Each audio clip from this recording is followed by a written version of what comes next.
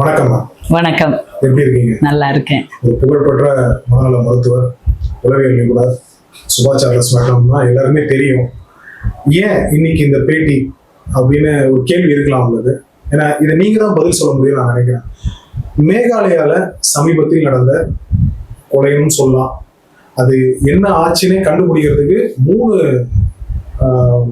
State காவல்துறை பிடிப்பிதிங்க இருக்காங்க. ஏன்னா இது கொலையா, தற்கொலையா, மனைவியே கொண்டுட்டாங்களா அப்படின்னு சொல்லிட்டு பல்வேறு விஷயங்கள் இருந்தாலும் கிட்டத்தட்ட ஒரு அனுமானத்தின் அடிப்படையில் கணவனை மனைவி கொன்று விட்டார், தேனிலவுக்கு கூட்டி சென்று அப்படின்றதுதான் கிட்டத்தட்ட ஊர்ஜித பார்வையில இருக்கு. சட்டத்தின்படி இன்னும் முடிவாகப்படல. ஏன்னா அந்த பெண் சோனம், அந்த நபர் ராஜா ரகுவன்ஷி, அந்த தம்பதி சோனம் ராஜா ரகுவன்ஷியை கொன்னதாக சோனமோட பிரதரே சொல்றாரு, கோவிந்த் ரகுவன்ஷியே சொல்றாரு. ஆமா, ஏன்னா ஒரு தங்கச்சி, அண்ணனே சொல்றாரு தங்கச்சி பண்ணிருப்பாங்கன்னு. இதுல ராஜா குஷ்வாஹான்னு ஒருத்தர் இருக்காரு, அவர் தான் அந்த காதலர்னு சொல்லப்படுறாரு. அவருக்காக தான் ராஜா ரகுவன்ஷியை சோனம் பண்ணாங்கன்னு சொல்லப்படுது. இதை பார்க்கும்போது நடுவில் நம்மளுக்கு தெரியறத சைக்காலஜிக்கலா சில கொஸ்டின்ஸா கொண்டு வந்திருக்கேன். ஒரு சைக்காட்ரிஸ்ட், ஒரு சைக்காலஜிஸ்ட், நீங்க தான் இதுக்கு பதில் சொல்ல முடியும்.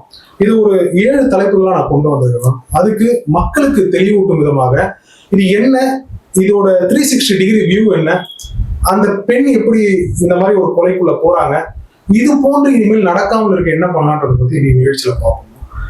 முதல்ல நம்பிக்கையும் துரோகமும். ஏன்னா இது கேட்ட உடனே முதல்ல ஒரு காமன் மேன், ஒரு லே மேனுக்கு மைண்ட்ல வர ஒரு வார்த்தை நம்பி போயிருக்கான்பா அந்த கணவன் மனைவி இந்த மாதிரி நம்பிக்கை துரோகம் பண்ணி கொண்டுட்டா, இதுதான் ஃபர்ஸ்ட் வரும். இதுல நம்பிக்கை துரோகம் எப்படி பண்ண முற்பட்டாங்க சோனம்? சரி, நம்ம இதுவரை நடந்த சம்பவங்கள் நமக்கு நியூஸ் மூலமா வந்தது, ஊடகங்கள் மூலமா நம்ம தெரிந்து கொண்டது. அதன் அடிப்படையில் ஒரு ஷாக் ஆயிட்டோம், எல்லாருமே நடுங்கிட்டோம்.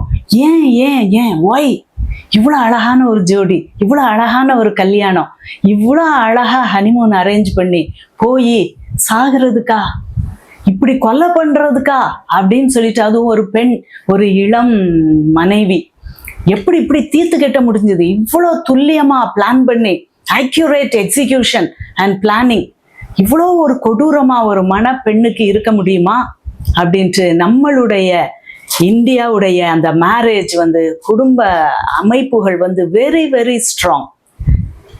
ஸோ இப்படிப்பட்ட இது நம்ம எல்லாரையும் ஷாக் ஆக வைக்குது. நம்ம மனசு இதை டைஜஸ்ட் பண்ண முடியல. ஒவ்வொரு ஆக்ஷனுக்கு பின்னாலும் மனம்தான் காரணம். மனம்தான் ஒரு உடம்பையே ஆட்டி படைக்கிறது. ஒவ்வொரு தாட் வர்றது நம்ம மனசுல தான். அந்த இமோஷன் வாரது கோல்டு பிளட்டட் அப்படிம்பாங்க.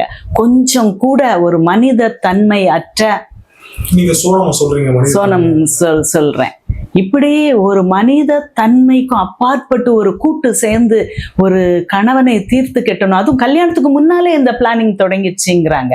ஸோ இது எல்லாம் நம்மள திக்கு முக்காட செய்யுது. 3-4 தடவை அட்டம் பண்ணிருக்காங்க அப்படின்னு சொல்லப்படுது. அப்படி இருக்கும்போது அந்த கணவருக்கு அந்த இறுதி நிமிடம் எப்படி இருந்திருக்கும்?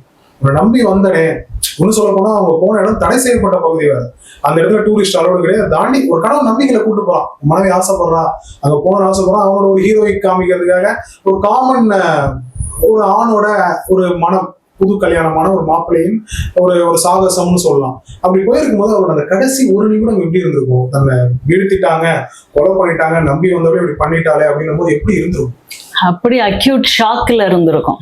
நம்ப முடியவில்லையேன்ட்டு அப்படியே கண்கள் விரிந்து, இப்படியும் நடக்குமா, இது என்னது, இந்த நிமிஷம் உண்மைதானா இல்லை இது பொய்யா அப்படிங்கிற அந்த திகைப்பிலையும் அந்த பயத்திலையும் அந்த ஏமாற்றத்திலையும் அவர் பாவம் அவர் உயிரை விட்டு